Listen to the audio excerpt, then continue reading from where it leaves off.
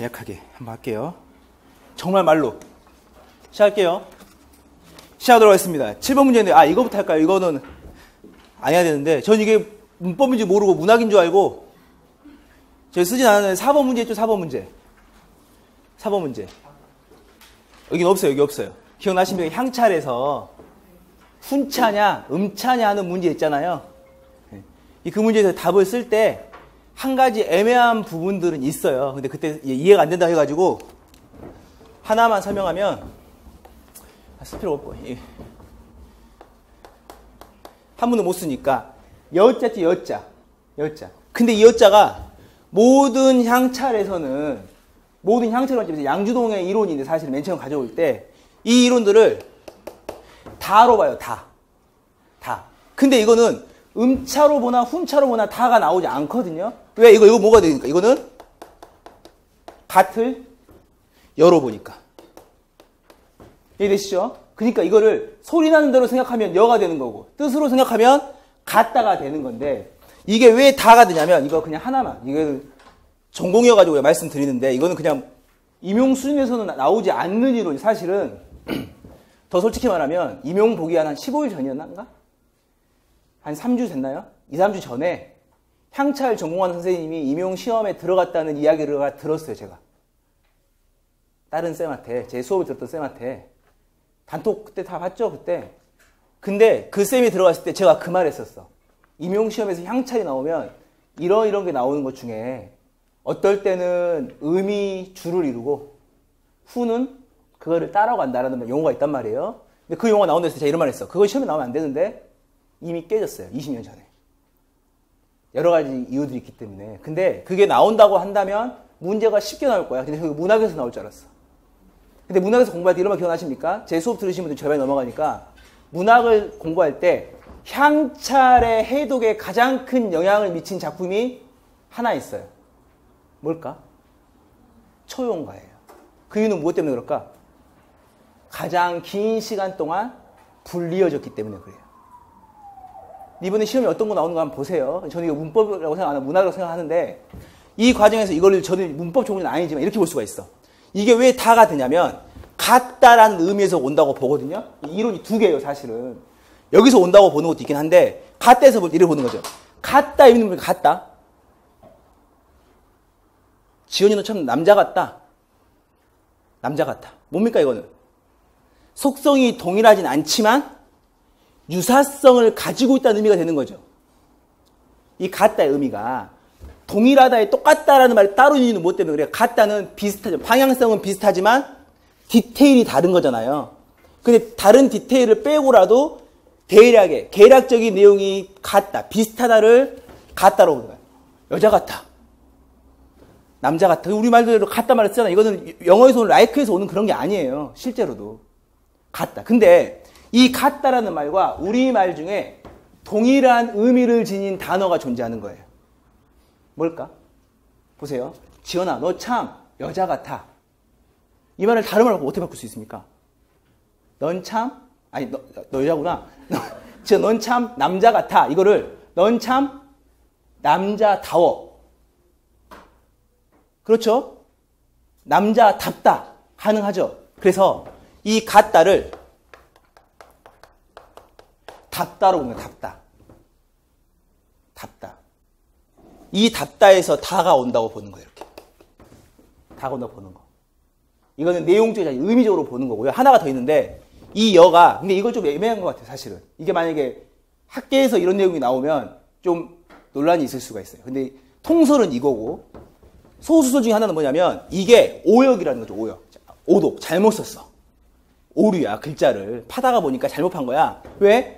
실제로 이거를 지은 사람들은 당대 신라의 상류 계층일 건데 그렇죠? 목판을 판 애들은 누가 팝니까? 육두품이 목판을 파진 않잖아요. 기본적으로. 그러니까 어떻게? 귀족들이 생각했던 내용들을 실제로 수행하는 과정에서 오타가 나올 수가 있어. 그래서 실제로는 여가 아니라 더할 가라는 거죠. 가. 근데 의문론적 관점에서 가는 다와 유사한 자질을 갖는다고 보는 거예요. 음성적으로. 그래서 이거를 다로 보기도 해요, 이렇게. 이해되시죠? 그러니까 이 중세에서는 그때 당시에 고대로 가버리면 이 음가가 다양하게 뭐 분화되는 과정에서 유사한 것들은 비슷하게 가다 보니까 적을 게 없으니까. 옷 의자를 쓰잖아요. 시의신데. 그런 것처럼 이걸 붙이다 보니까 내용이 연결됐을 거예요. 당대 관습적으로 다라고 하는 것을 더할까를 썼을 거라고 생각을 하는 거죠. 이해되시죠? 그걸 보면 이거는 사실은 훈으로 볼 수도 있는 거예요. 음으로 볼 수도 있는 거예요. 이해되시죠? 근데 이게 통설이 아니기 때문에 아마 이대로 나갔기 때문에 이거는 답으로 쓰시면 안 될 건데 목카페를 어젯밤에 한번 들어가 봤다가 이 글이 있길래 근데 그 분이 오셨나 모르겠지만 그분이 잘못 생각하고 계시더라고. 이론상은 이렇게 보셔야 돼. 보세요. 이거는 문학으로 봐도 될 건데 문법으로 그냥 보죠. 문법으로 봐야 제가 안 푸니까 7번 한번 볼게요. 쭉 보니까 말로 할게요. 쭉 보니까 무슨 전? 조응전이요. 보세요. 제 수업 들으시는 분들은 조응전의 특성 딱 하나만 보면 돼. 조응전은 유충렬전과 대별적 관점에서 항상 봐야 됩니다. 무슨 차이가 있을까? 조응전의 특징. 뭐가 없어? 천상적강 구조가 없어지는 거예요. 보편적으로 구조가 없어지면 소설의 관점에서는 구조성이 중심 내용이기 때문에 구조가 없어지면 소설은 격이 떨어지는데 천상적강은 없어야 격이 높아져요. 왜? 정형성을 띠고 있기 때문에. 새로움이 없는 거기 때문에. 바꿔 말하면 우리들이 저는 하늘에서 내려온 사람이에요. 저 아십니까? 선생님들의 임용 합격을 위해서 제가 하늘에서 신단수를 타고 내려왔어요. 제가 남은 슬기 유진이를 데리고. 그럼 이 말씀에서 저 어떤 사람입니까? 이상한 사람이죠? 다른 사람한테 수강해야 될 것 같은 느낌이 들죠? 그건 무엇 때문에 그래? 말이 안 되기 때문에 그래요. 전문용어로 핍진성이 떨어져. 쉬운 용어로 현실성이 떨어지는 거예요. 다른 말로 개연성이 확보되지 않아. 인과관계가 안 돼. 하는 내용 자체가 말이 안 되니까. 근데 시간이 지나면서 당대의 민중들이 새로운 의식 사상을 통해서 각성되는 과정에서 말이 안 되는 것들을 빼버리기 시작하는 거예요. 그러니까 내용이 어떻게 됩니까? 현실적인 내용으로 들어가는 거죠. 적강이 없어지고 기생의 딸과 서녀와 귀족 간의 사대부의 사랑 등으로 바뀌는 겁니다. 이 과정에서 영웅소설에서 가장 큰 모티브였던 적강 구조, 적강 모티프가 빠지게 되는 거죠. 왜? 적강은 비현실성이기 때문에. 근데 보세요. 적강 구조가 비현실성인 건 맞는데 적강 구조가 비현실성인 건 맞기 때문에 비현실성은 부정적이긴 한데 그거는 누구의 문학적 특성입니까? 우리의 문학 특성이잖아요. 그러면 고전 소설을 연구하는 연구자들이 적강 구조가 비현실적이라는 말을 쓰기에는 부담이 가겠죠. 왜? 우리 소설을 피하는 거니까. 그러니까 새로운 용어를 만들어야 될 거 아니에요. 왜? 말은 아 다르고 어 다르니까. 비현실성 왠지 부정적입니까? 긍정적입니까?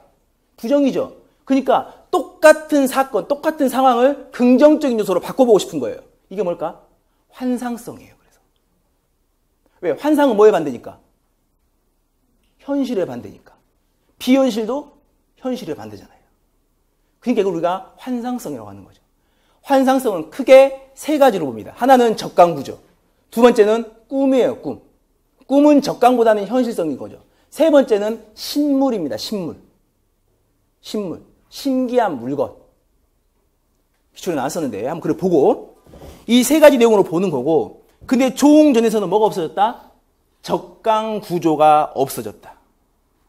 그렇죠. 그러니까 이게 적강구조가 있어버리면 이 사람의 영웅적 행위가 다 어디로 갔는데 기승전 하늘의 뜻으로 넘어갈 수가 있는데 얘는 뭐가 없는 거예요.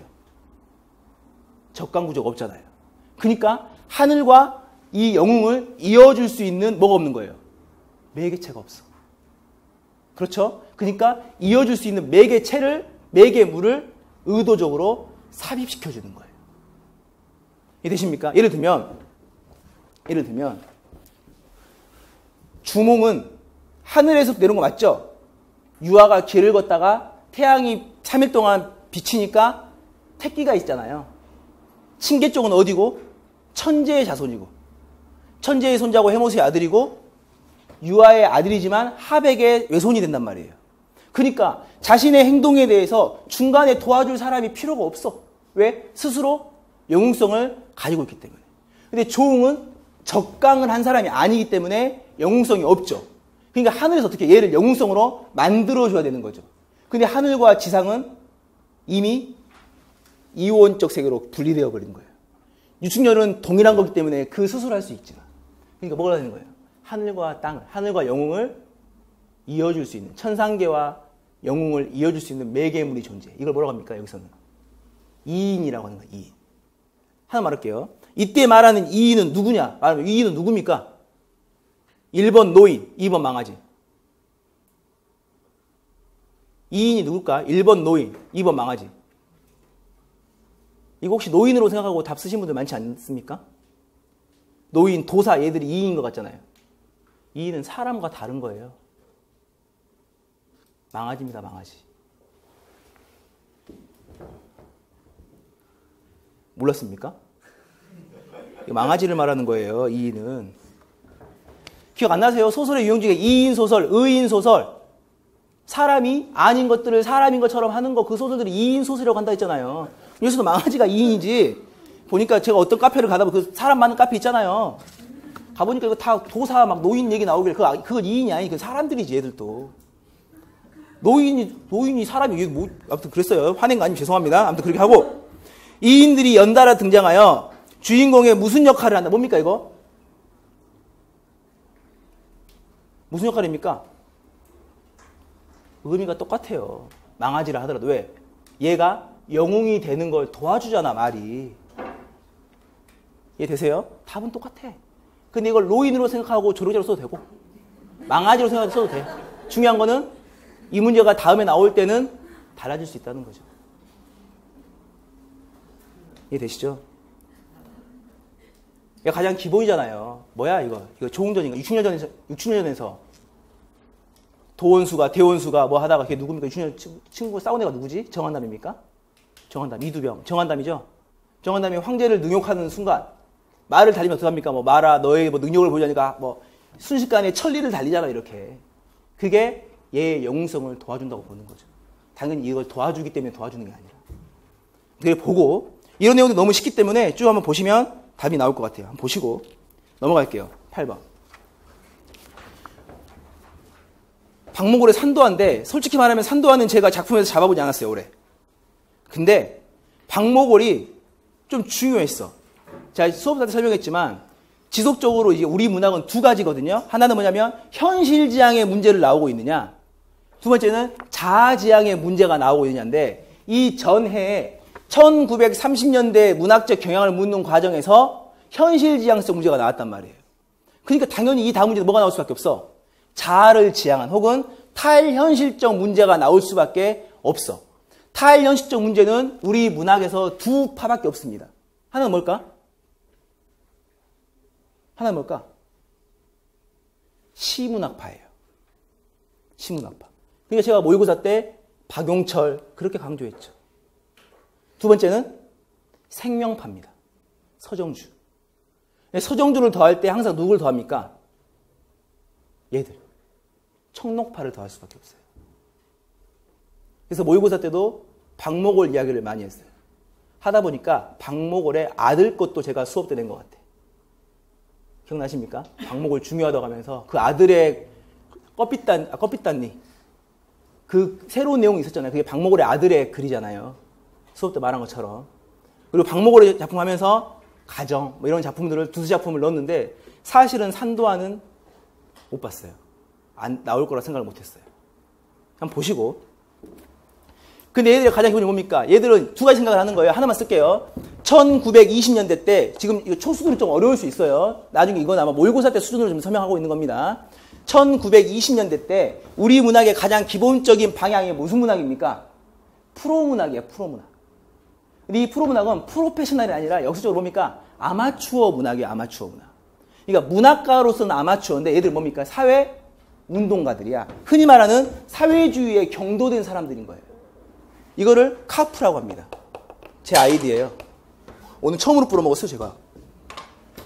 카프의 문학가이 되는 거예요, 이 카프. 이 카프의 문학은 철저한 무슨 지향? 현실 지향이에요, 현실 지향. 현실 지향이고, 이는 당연히 목적 지향성을 띠는 거죠, 목적 지향성. 근데 현실을 지향하고 목적을 지향하다 보면 당연히 무엇이 떨어질 수밖에 없는 거예요?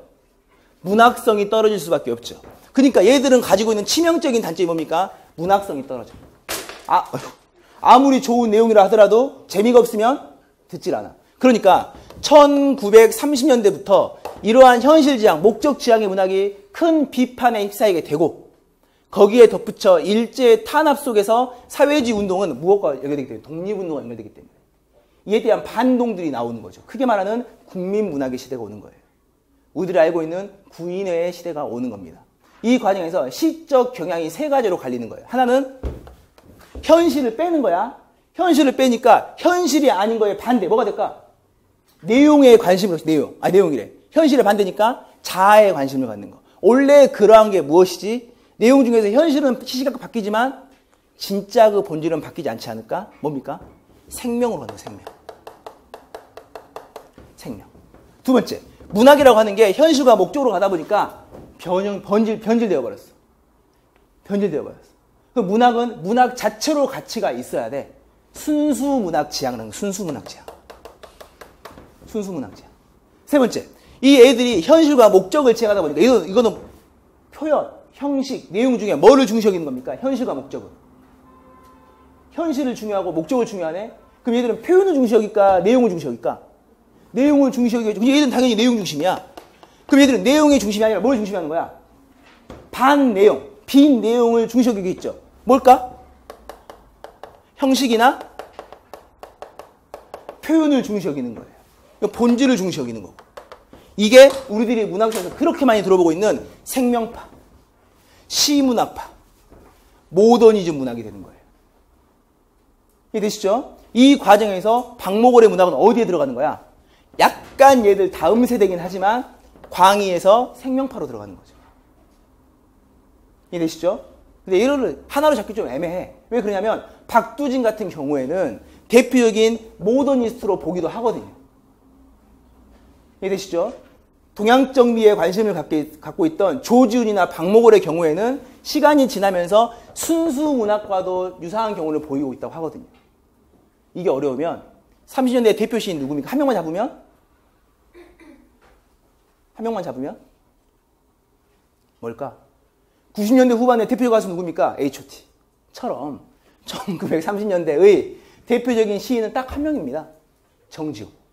정지용은 순수 문학의 거두이면서도 모더니즘의 핵심이에요. 이해되시죠? 이 과정에서 보는 겁니다. 보고 여기서 보다 보니까 그러니까 쭉 읽어보다가 구강산, 산도와 사슴 같은 경우에 뭡니까? 다 자연물이잖아요. 자연물. 자연물이기 때문에 어떤 내용을 갈지를 생각해 보는 거예요. 근데 이 자연이 내가 실제로 보는 자연이냐, 내가 인식으로서의 자연이냐의 차이가 있겠죠. 그 상태에서 써보는 겁니다. 보세요. 이 작품에서 볼 때, 이 작품에서 첫 번째, 사회문화적 맥락 보면 사회문화적 맥락. 이 시는 언제야? 30년대 후반부터 애들이 작품 활동을 했기 때문에, 그러니까 크게 보면 청노파로 불리는 이러한 시인들이 자신들의 정신적 지주로 봤던 선배가 누구냐면 서정주예요. 서정주. 그러니까 서정주가 얘들을 픽업하는 거죠. 그리고 이 애들이 누구를 픽업하냐면 박재삼 등을 픽업하는 거예요. 그러니까 한국 문학의 맥 중에 순수 문학의 맥이 그렇게 연결되는 거예요. 서정주부터 연결되는 거죠. 이해 되시죠? 이 과정을 보고 첫 번째, 일제 말기에 사회상이 생생하게 드러낸 사진자료. 그럼 보세요. 우리가 이거를 대한민국 사람이라면 일제 말기의 사회상 첫 번째, 부유했다. 두 번째, 발전되었다. 세 번째, 피폐하였다. 몇 번입니까? 물론 1번, 2번일 수도 있겠지만 3번이라고 보는 게 통설이야. 그러면 이 내용에서는 힘든 모습이 나옵니까? 나오지 않습니까? 나오지 않죠. 그렇죠? 근데 사회상으로서는 힘든 모습들이 나왔네. 여기서 문제 들어갑니다. 첫 번째, 이 시의 시적 공간이 갖는 무슨적 성격과 당대 상황을 대비했어. 그러면 대비라는 말은 같다, 다르다? 다르다. 현실은 피폐했지만 작품 속 내용은 피폐하지 않다. 가난함이 없다. 부정적인 인식이 없다가 되는 거죠. 그러면 이때 답을 쓰는 거예요. 보세요. 근데 지금 대비라고 했는 말 속에서는 반대 의미가 들어있네. 근데 대비가 반대인데 이 반대의 대상이 뭐냐면 현실이라고만 제시되는 현실. 근데 현실의 속성은 피폐가 되는 거예요. 이렇게. 근데 얘들이 보세요. 앞에 나온 것처럼 현실을 지향하고 목적을 지향하고 내용을 지향한다면 카프 문학가들은 이 내용을 어떻게 하겠습니까? 변형할까? 그대로 보여줄까? 그대로 보여주겠죠. 근데 얘들은 기본적으로 이 내용에 관심이 있어요? 없어요? 없어. 관심이 있다 하더라도 이를 직접 언급하는 데에는 부담이 가더라. 때문에 이러한 것들을 대비해서만 보여줄 뿐 이 자체에서는 이러한 모습들이 제시되지 않는 거예요. 이해되시죠? 그럼 현실에 대한 반대 개념이 무엇일까를 보는 거죠. 무엇일까? 피폐에 대한 반대가 무엇일까를 보는 거예요. 많이 나오지. 왜? 현실의 반대는 다양하잖아요. 말해보세요. 현실의 반대 뭡니까? 아까 말했네. 환상. 그렇죠? 또 뭐가 될까? 이상. 또 피현실. 낭만 등이 되겠죠. 그 이 문제 전 답을 못 잡는 거죠. 왜? 다 맞는 말이니까. 그럼 이때 어떻게 하는 겁니까? 동자신을 부르는 거죠. 안 돼요. 이론서를 읽어봐야 돼요. 김은규라고 하는 분이 있어요. 들어보신 것 같죠? 김은규의 이론서에서 산도화를 설명하는 과정에서 이들의 공간 지향성을 규정한 용어가 나옵니다. 박목월의 산도화는 이상적 공간을 바탕으로라는 말이 나와요. 이상적 공간을 바탕으로 현실 세계와의 반대의 개념으로 현실 세계에 벗어난 인식을 보여주고 있다. 이때 나오는 산과 꽃과 사슴은 자연물들은 현실과는 반대되는 영원성을 가지고 작품을 제시하였다. 답이 뭘까? 이걸 읽은 순간 이상이 되는 거예요. 실상 답이 낭만이든 비현실이든 중요한 게 아니죠. 왜? 이 문제는 이제는 안 나오니까. 그럼 볼 때 내가 가지고 있는 건 뭐야? 김은규라는 사람이 이러이러한 인식을 했기 때문에 내가 그것만 따라가면 되는 거예요. 왜? 우리는 연구자가 아니잖아요. 이해되시죠? 정답은 하나만 보시면 돼. 이해되시죠? 이상. 근데 이 문제는 되게 쉬운 문제입니다. 왜 그러냐면 상호 텍스트 맥락에서 뭐가 나옵니까? 도화가 나와요. 도화는 뭘까? 그냥 복숭아 꽃입니까? 뭡니까? 도화하면 우리가 생각나는 거 있네? 자연농원 이런 거 말고 무슨 무릉도원. 이상적 공간. 이해되시죠? 그 답으로 찾는 거예요. 상호 텍스트 보너스 주는 거죠. 두 번째. 청록파 시인들이 시적 경향을 분석하는批评문. 사실 이건 답이 좀 없죠. 없는데 크게 보면 그냥 하나만 쓰면 될 것 같아. 시문학적 맥락이 되는 거죠. 시니까. 문학적 맥락. 혹은 크게 보면 문학사적 맥락으로 봐도 되는 거죠. 아마 제가 답을 쓴다면 시 문학사적 맥락을 쓸 것 같아. 시 문학사적. 그걸 해야 다 걸리니까. 아마 문학사일 거예요. 근데 시문학사라고 쓰는 말이 공인된 용어긴 하니까 저는 그게 맞는 것 같아요. 보는 거고 문학을 볼 때 가장 기본적으로 사회문화적 맥락을 통해서 파악하는 문제들이 지속적으로 나올 수밖에 없고요. 개인적으로 제가 좋아하는 문제가 이 문제가 실제로 걸렸는데 제가 정말 좋아하는 문제입니다. 밑에 보시면 이거는 선생님께서도 집에 가서 한번 풀어보세요. 2015년 박대훈 실전 모의고사 평가 2회를 보면 가에서는 전형택의 화수분을 보여줬어. 부부가 껴안고 죽으면서 아이가 생명을 살아나는 거 하나. 두 번째, 김동인의 감자에서 복녀가 왕서방에게 낫으로 대들다가 낫을 뺏겨가지고 죽음을 당하는 부분 있죠. 죽은 다음에 누구 집이지? 복녀가 누구의 부인입니까? 그 나이 많은 남자한테 팔리잖아요. 이렇게. 그 남자의 집에 3명의 남자들이 모여있잖아요. 이렇게. 머리를 맞대고 있죠. 하나는 누구? 왕서방. 하나는 남편. 하나는 장래. 한 사람. 이 3명이 보는 모습이 나왔네. 세 번째, 염상섭의 만세전에서 누가 죽고?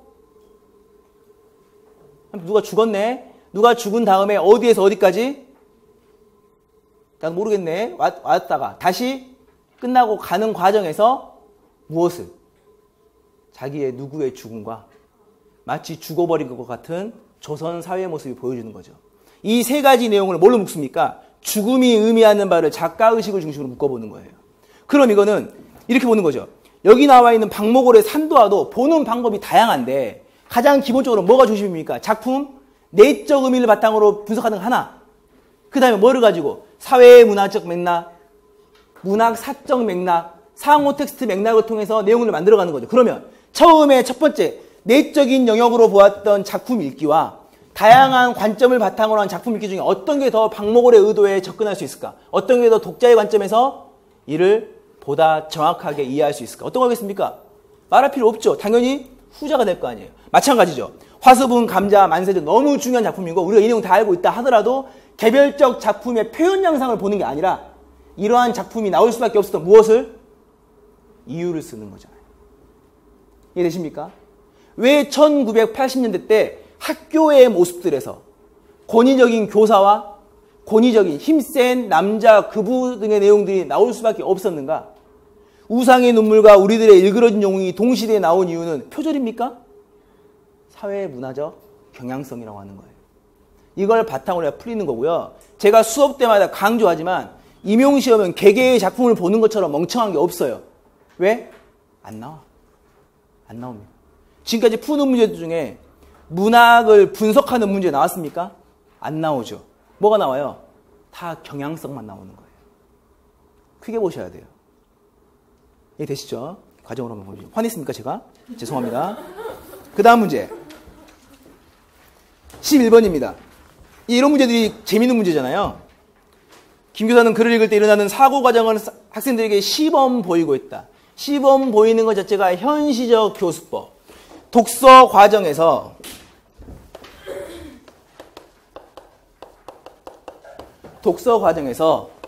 학생들에게 교수학습 방법을 보여주는 과정 중에 하나로 가장 많이 제시되는 게 뭔지는 모르겠지만 시범 보이기 활동이 존재하네.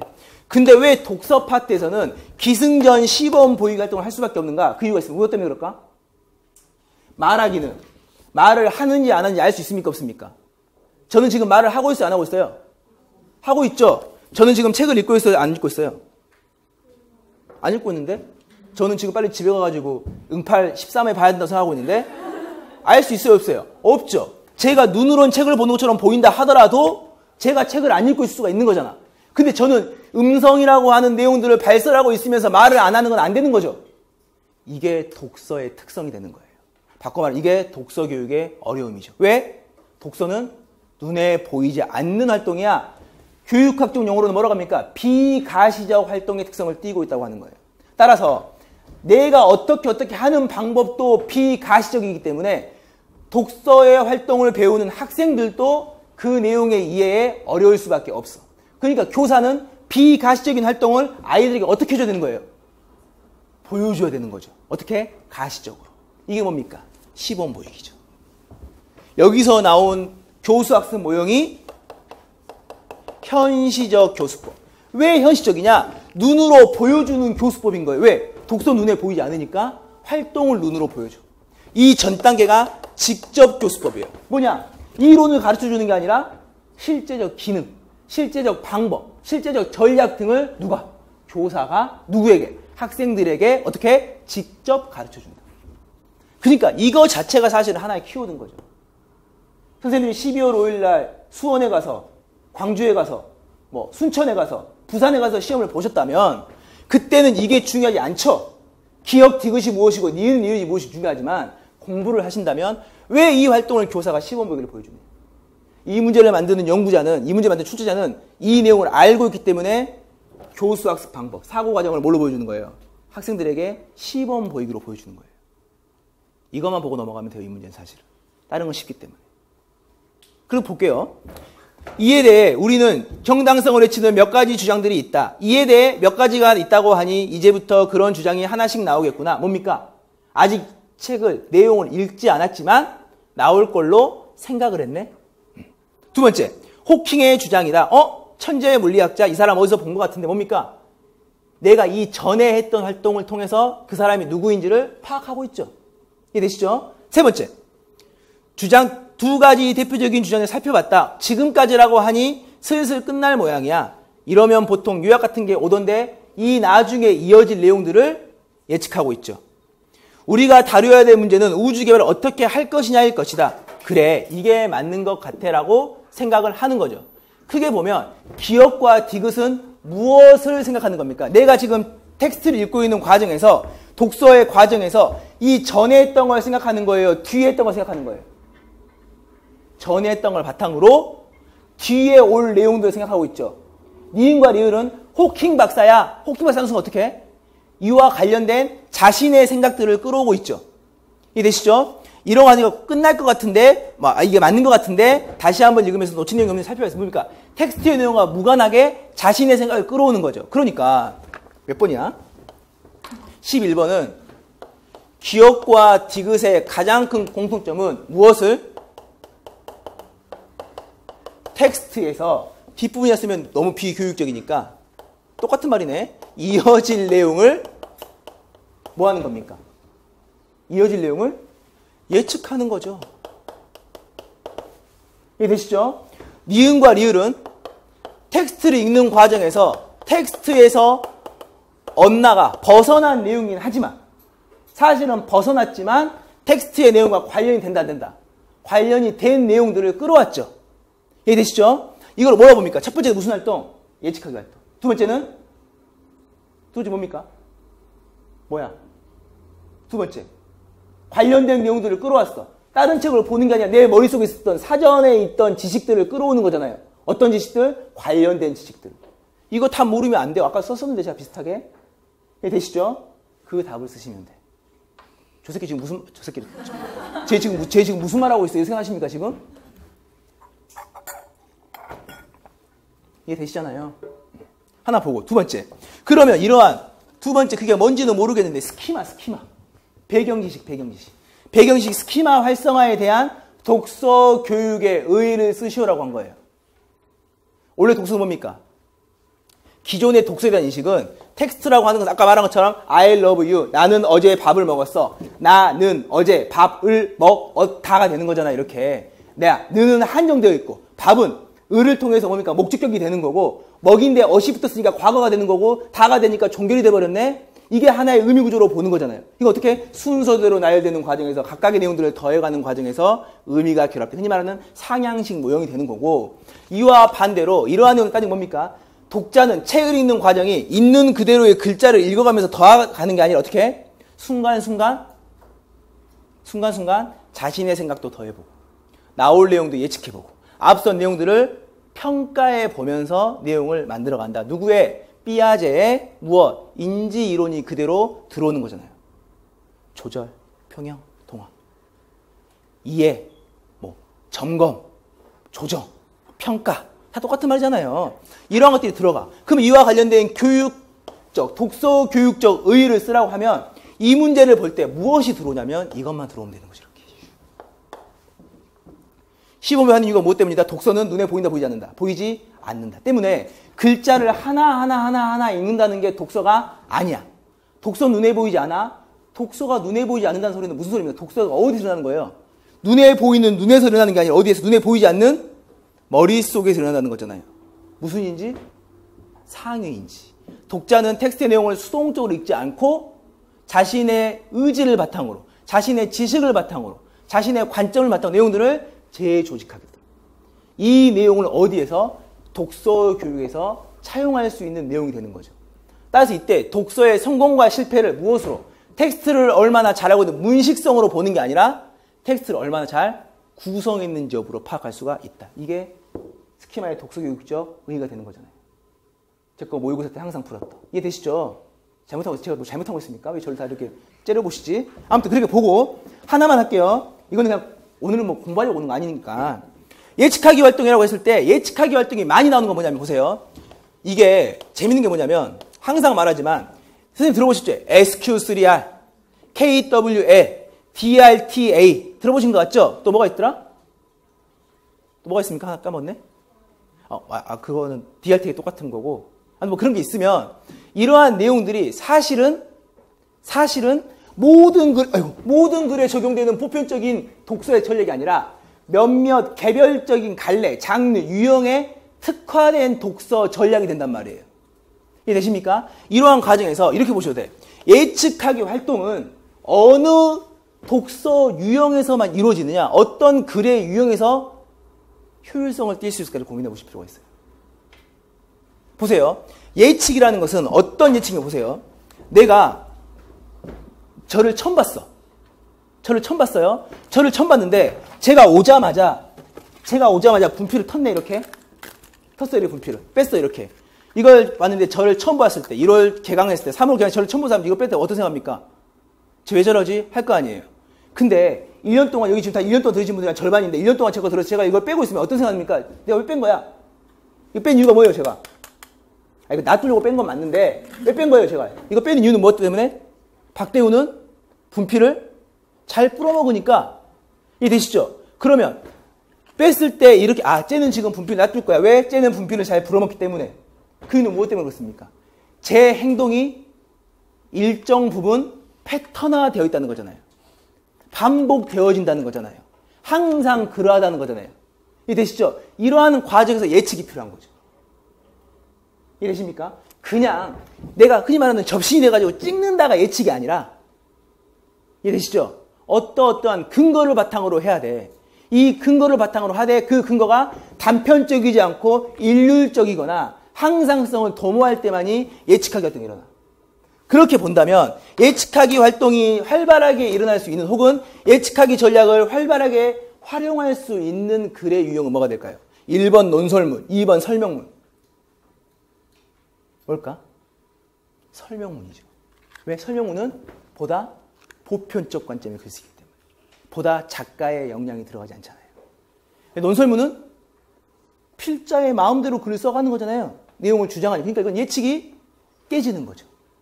설명문은 예측 깨지면 안 돼. 왜? 보편적인 내용을 보편적인 틀에 맞춰서 써야 되기 때문에 그러는 거예요. 자, 뭐죠? 빨리 할게요. 이 과정에서 예측하기 활동이라고 하는 것은 세 가지만 보시면 세 가지. 예측하기는 어떻게 예측하는 첫 번째는 뭐냐면 스키마를 통한 예측하기가 나와요. 스키마를 통한 예측하기. 두 번째는 구조 유형을 통한 예측하기가 나와요. 흔히 이거죠. 지금부터 제가 임용에 합격하는 방법을 세 가지 말씀드릴게요. 그럼 뭐가 되는 겁니까? 몇 가지가 나올까? 세 가지가 왜? 세 가지라고 하는 유형을 말씀드렸잖아요, 제가. 그렇죠? 세 번째는 뭐냐면 표지어야, 표지어. 표지어를 활용한 예측하기 활동이 나오는 거예요. 첫 번째는 스키마를 통한 예측. 두 번째는 구조 유형을 통한 예측. 세 번째는 표지어를 통한 예측이 나오는 거죠. 예를 들면 지연이는 예쁘다. 그러나가 나오면 뭡니까? 뒤에는 뭔지는 모르겠지만 지연이의 부정적인 면모가 있겠구나 하겠죠. 근데 내가 글을 쓸 때 예를 들면 이런 영어 시간에 수능 볼 때 영어 시간에 정 모르면 어디서부터 읽어? 항상 말하잖아요. however부터 읽으면 돼. 그렇죠. 이건 무엇에 따라? 표지어에 따라서 쓰는 거예요. 표지에 따른 예측하기. 시간이 없었는데 시간이 없는 순간 however를 보는 게 아니라 뒤쪽 문장만 읽을 거야. 1분 남았는데 수능 마지막 문제인데 장문 영어를 보고 있어. 근데 이 순간에 내가 지금 1분 남았을 때 내가 읽을 수 있는 문장이 한 문장이라면 나는 however 다음을 읽을 거예요. 뭡니까? 이거는 표지어에 따른 예측하기 전략을 쓰는 거죠. 이해되시죠? 근데 나는 가장 마지막 문장을 읽을 거야. 혹은 나는 가장 앞쪽 문장을 읽을 거야. 뭡니까? 이거는 구조 유형에 따른 내용이 되는 거죠. 나는 안 읽고 3번 찍을 거야. 왜? 3번이 나는 항상 답이 됐던 것 같아. 뭡니까? 이거는 나의 배경 지식을 바탕으로 한 예측이 되는 거잖아요. 이해되시죠? 이 구조로만 보시면 되는 거죠. 답 한번 보시고 이게 또 많이 나오니까 제 거 한번 연결된 것들 한번 보세요. 동일한 문제 유형으로 보시면 됩니다. 네.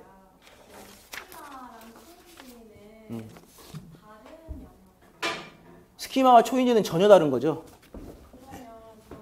그거는 왜 그러냐면 초인지라고 하는 게 상위인지예요. 상위인지랑 초인지가 동일한 건데 이 상위인지라고 하는 건 이거잖아요. 텍스트를 읽는 활동 속에서 글자의 의미가 코드화되어 있는, 코딩화되어 있는, 그러니까 어떤 것들이 기호화되어 있는 것들을 우리들이 그거를 탈기호화시키는 과정이 독서로 보는 거거든요. 예를 들면 이거의 의미는 없어요, 사실은. 근데 우리는 이거 의미를 볼 때 어떤 의미를 가지고 있습니까? 가라고 하는 의미를 가지고 있잖아. 이걸 있는 그대로 있는 게 아니라 이 가라고 하는 의미를 가지고 왔을 때 이러고 보는 거예요. 내가 국어 선생님이라면 이 가가 나왔을 때 뭘 생각하는 겁니까? 가나다라 마바세 한글의 첫 번째 생각할 수도 있겠죠.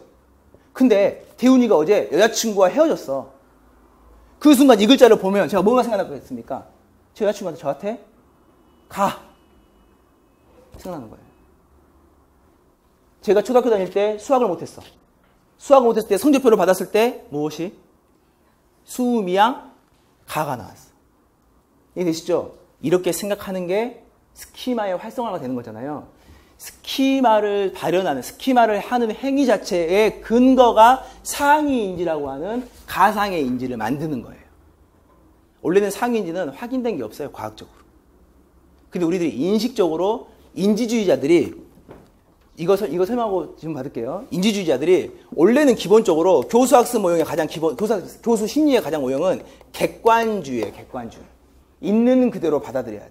왜 그러냐면 이게 나오는 거는 르네상스 이후 시대부터 나오는 건데 객관주의 이전에는 무엇 중심이냐면 신 중심이에요, 신 중심. 교회 다니시는 분 있죠? 교회 다니시면 한 번도 없습니까? 제 수업에? 교회를 다녀. 교회 다니면 교회에 다니는 사람은 이 세상에 누가 있다고 믿는 겁니까? 교회 다니면 누가 있어요? 목사님 빼고.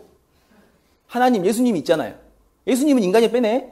인간으로 보면 빼면 하나님이라는 존재가 있네? 그러면 하나님의 존재를 저한테 객관적으로 증명해보라 할 수 있습니까? 없어요. 인식의 문제야.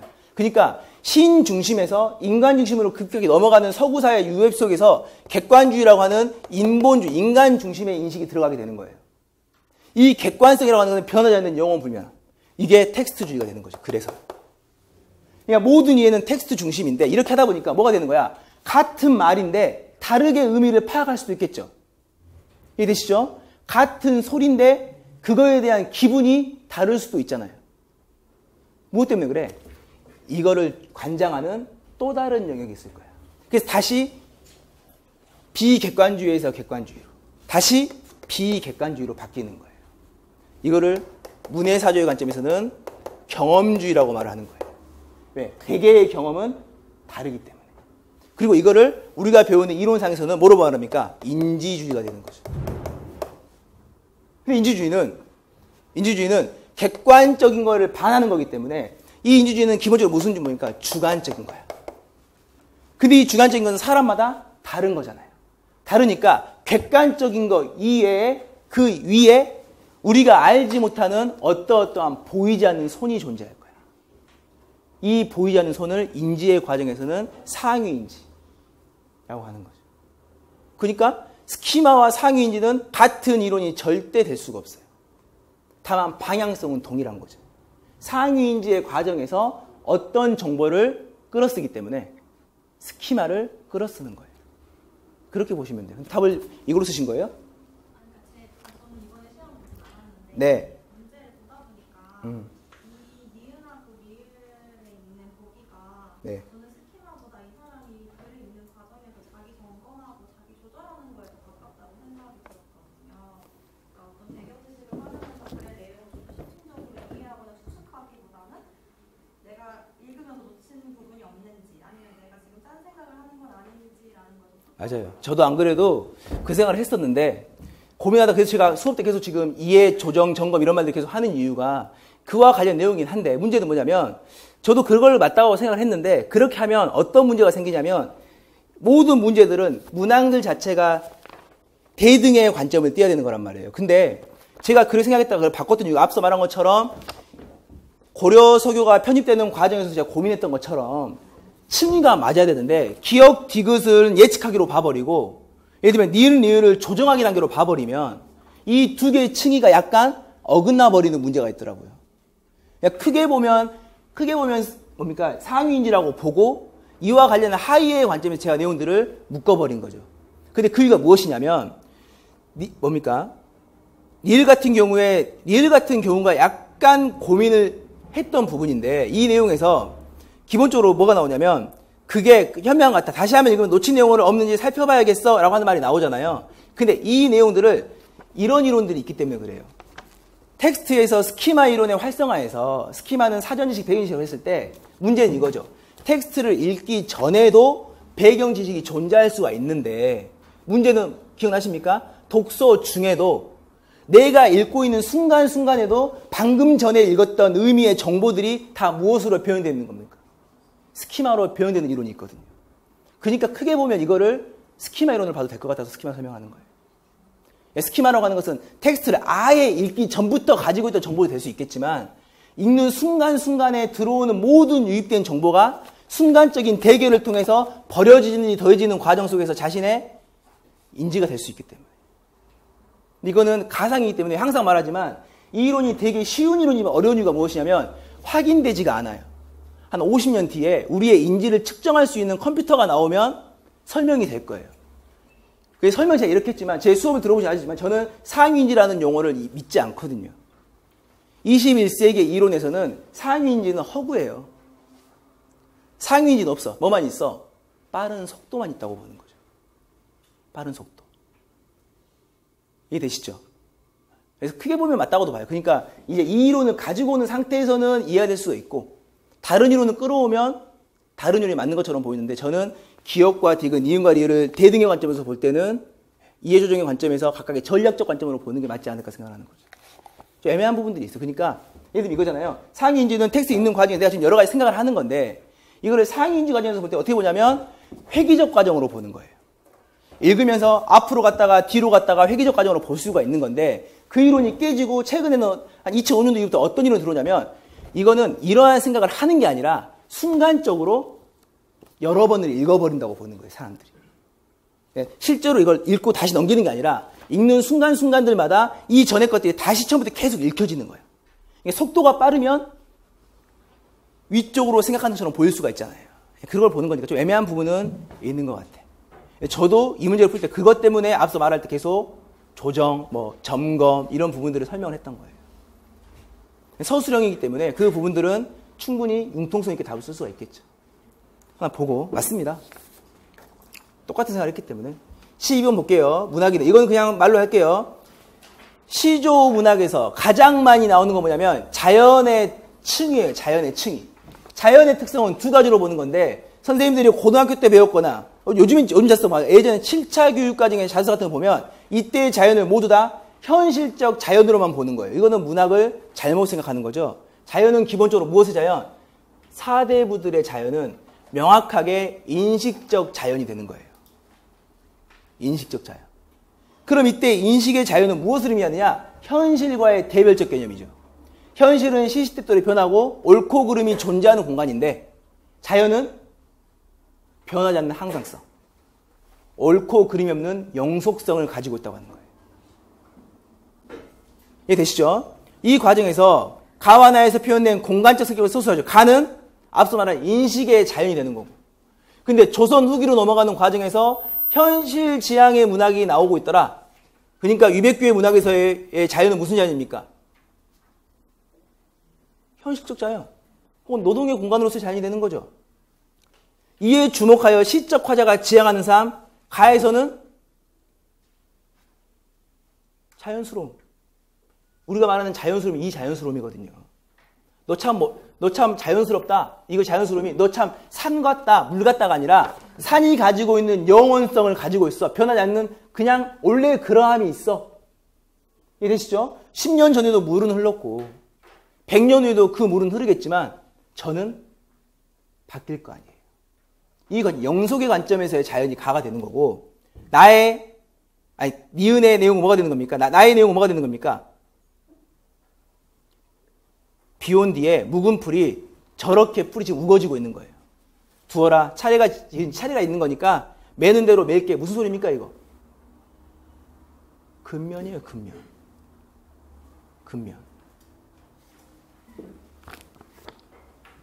되시죠? 그렇게 보시면 돼요. 하는 거고 여기서 볼게요. 정답 해설 보시면 나와요. 제 거 실전 모의고사 3회 문제인데요. 정답 해설만 볼게요. 사대부의 작가적 특이성은 이거 사대부들의 특성은 뭡니까? 자연 친화적, 현실을 직접적으로 기술하지 않고자 하는 내용이 나오거든요. 내용적인 면에서도 확인할 수 있다. 사대부들은 유교 이념을 사상적 배경으로 그들의 인생관과 세계관을 작품에 투영한다. 이에 따라 강호 생활의 즐거움, 정치적 폐해와 회개의지, 유교적 생활과 이념, 유적지의 기행, 역사와 해고의 내용이 줄을 이룬다. 근데 이러한 내용들이 줄을 이루지만 실제적인 내용을 그리고 있지는 않아. 예를 들면 관동별곡은 사고 난 건가 봐요.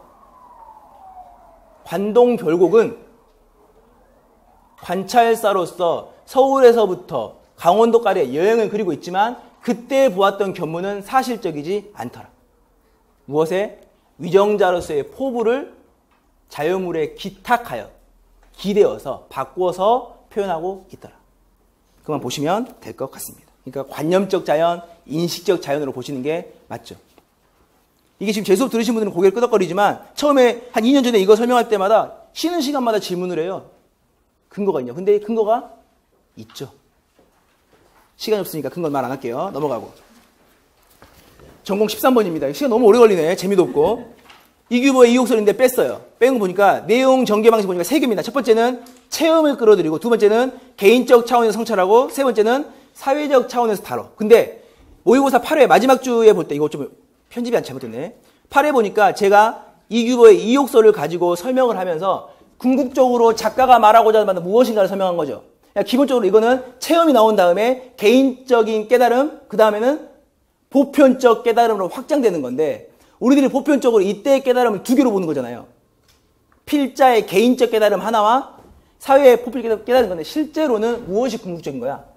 사회의 보편적인 깨달음이 궁극적이 되는 거죠. 이게 고스필의 기본 구조가 되는 거고요. 이 이론이 작년 임용시험에서 해학 풍자 나올 때 무엇으로 무엇 찍기? 웃음으로 눈물을 닦기. 김대행 선생의 이론을 그대로 가지고 온 거예요. 이해되시죠? MOR 이론, ORM 이론 이런 거 설명하는 건데 수업 들으신 분들은 아실 거예요. 이 내용으로 보면 궁극적으로 말하고자 하는 바는 사회적 차원의 내용이 궁극의 내용이 되는 거고, 이를 잊기 위한 인식의 문제, 매개의 문제로서 개인의 인식을 들어가게 되는 거고, 개인의 인식을 끌어오는 이유는 무엇 때문에 그래? 일상에서의 경험에서 그에 따른 깨달은 바가 나온다고 보는 거죠. 이게 1, 2, 3의 구조가 나온다고 보는 겁니다.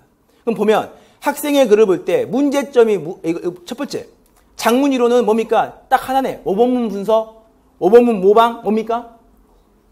뭐가 있어요. 첫 번째 있는 거. 있는 그대로 써야 된다. 왜? 모든 글은 일반적인 구조가 존재하는 거고, 이 구조를 그대로 답습하는 과정에서 자신이 말하고자 하는 내용만을 쓰는 작문 이론이 있어. 형식주의 작문 이론이 되는 거죠. 이거 하나. 두 번째, 나에 나타난 문제점을 구성과 내용 측면에서 한 개씩 제시해보자. 첫 번째 뭡니까? 구성은 하나밖에 없는데 체험, 개인적 차원, 사회적 차원의 성찰, 이게 깨졌죠. 두 번째, 뭐가 문제입니까? 두 번째는? 그러면 학생의 글에서 위에 나와 있는 고수필의 내용 전개 과정에 있어서 끌어온다면 학생이 궁극적으로 하고 싶은 말은 뭐가 되는 겁니까? 다이어트 할 때는 천천히 빼야 돼, 이겁니까? 아니죠. 뭡니까? 노벨상을 부러워하지 말고 국가적으로 차근차근 준비하자가 되는 거예요. 그러기 위해서 뭐를 끌어오는 거야? 개인적 성찰이 나와야 되는 거죠. 성찰이 이겁니다. 주변 사람들에게 괜히 짜증만 내고 나에게도 자꾸자꾸 화가 난다. 내 마음은 짜증, 실망, 불만뿐이다. 이게 성찰입니까? 아니죠. 성찰의 내용을 연결시킬 필요가 있다. 두 번째, 내용상으로 볼 때 두 번째 문단과 세 번째 문단, 개인적 차원과 사회적 차원이 내용은 달리하면서도 구조는 동일한 구조를 띄워야 되는 거예요. 근데 이 글에서는 동일한 구조 띄우지 않았잖아요. 그런 부분들을 답으로 구성하면 됩니다.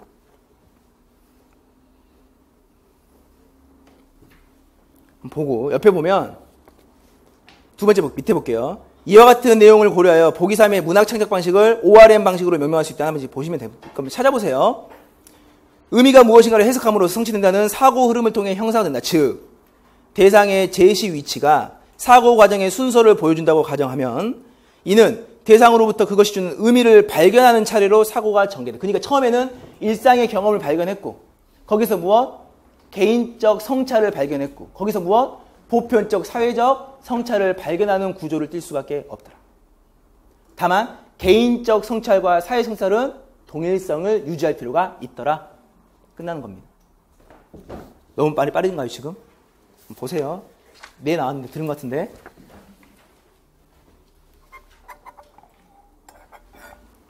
서술형 일본 문제가 제일 좋은 문제입니다. 제일 좋은 이유는요, 제 문제랑 비슷했기 때문에. 그러면 좋겠지만 학습활동이라고 하는 게 교과 교육학, 교과 내용학이라고 하는 것을 3대 7의 기준으로 구분지었을 때 교육적 관점에서의 수업 구성 방식 중에 가장 많이 나오는 게 학습 활동이에요. 이건 제가 생각하는 게 아니라 최근에 나온 여타의 이론서들이 모두 다 학습 활동의 구한 방식을 중시 여기고 있는 거예요. 그러니까 제가 다른 책들을 보면서도 뒷장 하나 넘겨보세요. 제 문제가 동일한 문제를 거의 내지 않는데 모의고사 때 6회와 7회 때 연속적으로 이 파트를 낸 거예요. 10월 달 넘어가는 과정, 11월 달이 되는 과정에서 이런 문제들이 중요하게 여겨질 수밖에 없는 거는 공부를 하면 할수록 나올 수밖에 없는 거예요. 학습활동에 대한 적절성 평가. 근데 학습활동이라고 하는 것은 딱 두 가지의 원리만 존재해요. 하나는 뭐냐면 하나의 목적을 바탕으로 내용이 전개돼야 된다. 하나. 두 번째는 각각의 활동들 간의 유기성이 담보돼야 되는 거예요.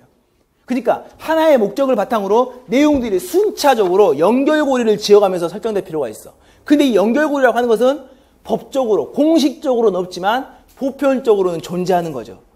가장 쉬운 게 뭡니까? 쉬운 단계에서 어려운 단계로, 간단한 단계에서 복잡한 단계로 바뀌는 거죠. 근데 이렇게 하다 보니까 문제점이 생겨. 어떤 문제점?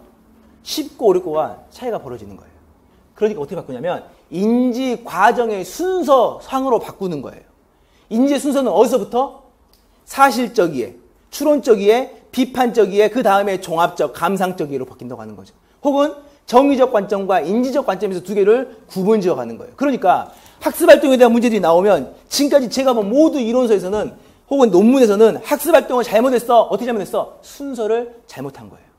그러니까 뒷장부터 볼게요. 이거 뒷장을 보고 보면 좀 더 잘 보이거든요. 보세요. 모의평가 6회에 나오는 활동 1-1, 1-1-3 볼게요. 내용을 읽힌 다음에 아이들에게 나름대로의 내용으로 채우도록 했어. 그 다음에 활동지를 보니까 유시아의 시가 나왔어. 시가 나온 다음에 활동지는 뭐를 가지고 파악하는 겁니까? 낱말을 가지고 파악하는 거죠. 두 번째는 구조를 가지고 파악하는 거죠. 세 번째는 이것들을 바탕으로 주제를 생각해 보는 거죠. 이게 뭐가 문제일까? 구조, 낱말 모두 텍스트에 명시되어 있는 거라는 거예요. 그러니까 앞서 무슨 활동이 빠지는 겁니까? 추론적 활동, 비판적 활동, 감상적 활동이 빠졌다. 잘못된 거잖아요. 이해되시죠? 오른쪽 한번 볼게요. 학습활동 보니까 제목이 뜻하는 바가 무엇인지 알아보고 활동을 해봤는데 시어를 찾아보고 세 번째 감상문 써보고 네 번째 이 시를 감상한 것과 비교해서 말해보는 겁니다. 뭐가 다릅니까 이거는? 첫 번째, 제목이 뜻하는 바는 무엇인가? 이거 뭡니까? 텍스트 읽기 전 활동이에요. 두 번째, 시어를 찾아봤네. 뭡니까? 텍스트를 사실적으로 이해하는 활동이 되는 거죠. 세 번째, 감상문을 써봤네. 이거 뭡니까? 내 생각을 종합했죠. 그렇죠? 네 번째는 자신이 이 시를 감상한 것과 비교해봐. 너의 생각과 이 시를 감상한 것과 비교해봐. 뭡니까 이거? 상대방의 글을 비교했네. 비판적 읽기가 되는 거예요. 그러니까 이 활동을 보면 예측한 다음에 사실활동, 사실 다음에 종합활동, 종합 다음에 비판이 들어가는 거죠. 순서가 바뀐 거죠. 3과 4를 바꿀 필요가 있어. 이해되시죠? 그러니까 이 두 문제가 앞서 말한 학습활동의 주안점인 두 개가 그대로 들어가는 거죠. 이해되시죠? 보편적인 하나의 목적을 바탕으로 일관성이 있어야 돼. 두 번째는 각각의 내용들 간의 유기성이 있어야 돼. 다시 넘겨볼게요. 나에서 활동 2와 구별되는 활동 1의 학습활동으로서의 성격을 쓰고 활동 1이 필요한 이유를 써서 이거 함정입니다. 어떤 함정이냐면 내용 자체를 보니까 독서활동이네. 독서활동이 나오면 우리들이 스키마로서 뭐를 생각해보냐면 이해의 과정상의 순서가 존재해. 사실, 추론, 비판, 평가, 감상, 분석, 종합, 끝. 혹은 인지적인 활동, 정의적인 활동. 그래서 묻는 건 뭐냐면 독서활동을 물어보는 게 아니라 학습활동 시 독서활동의 유의점을 말하는 게 아니라 학습활동 시 독서활동의 과정상의 특이성을 물어보는 게 아니라 그 자체로서 학습활동으로서의 성격을 쓰라고 하는 거예요. 그러면 이때 학습활동이라고 하는 것은 기본적으로 무엇이 전제된 것을 어떤 활동이 이루어졌음을 전제하는 겁니까? 학습활동은. 학습활동은 수업 전 활동입니까? 수업 중 활동입니까? 수업 후 활동입니까? 수업 후 활동이죠. 바꿔 말하면 학습 목표를 얼마만큼 수행했는지를 확인하기 위해서 혹은 학습활동 뭡니까? 학습 목표를 수행하기 위한 활동을 교사나 교과서가 제시해 주는 거잖아요. 이 과정으로 보는 거예요. 그러니까 첫 번째 나와 있는 거 보니까 전체 내용을 파악해봤네. 두 번째는 표현의 의도를 중심으로 활동을 해봤네. 그러니까 활동만으로 구분 지어보면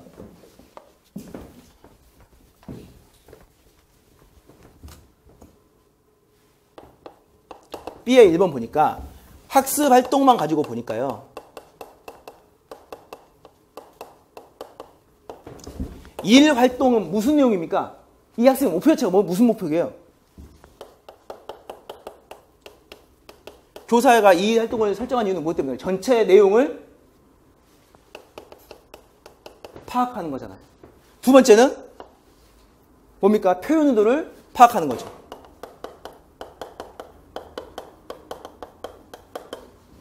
그렇죠? 하나는 전체 내용 파악, 하나는 표현 의도 파악이 되는 거네. 이게 학습이 연결됐어요.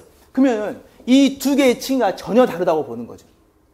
한 번 더 볼게. 표현 의도를 파악했는데 2-1에서는 뭐를 물어보니까 표현의 의도를 생각해봐. 이해되시죠? 의도를 생각해봐. 의도를 추론해보는 거네. 생각이니까. 2-2는 뭡니까? 효과적인지를 뭐 해봐? 판단해보는 거예요. 이해되시죠? 그러면 2-2에서는 판단이니까 이거는 뭡니까? 의도를 비판하는 거죠. 이해되십니까? 판단이니까 적절한지 안 한지를 보는 거 내가 비판하는 거잖아요. 평가하는 거야. 평가. 판단이니까. 그럼 이 과정에서 볼 때 전체 내용의 파악은 인지 과정상으로 볼 때는 뭡니까 이거? 사실적이에요. 그러니까 사실, 추론, 비판 딱 맞아떨어져. 이거 보는 순간 이거다. 이대로 쓰면 되겠다 씁니다. 틀린 거죠. 왜?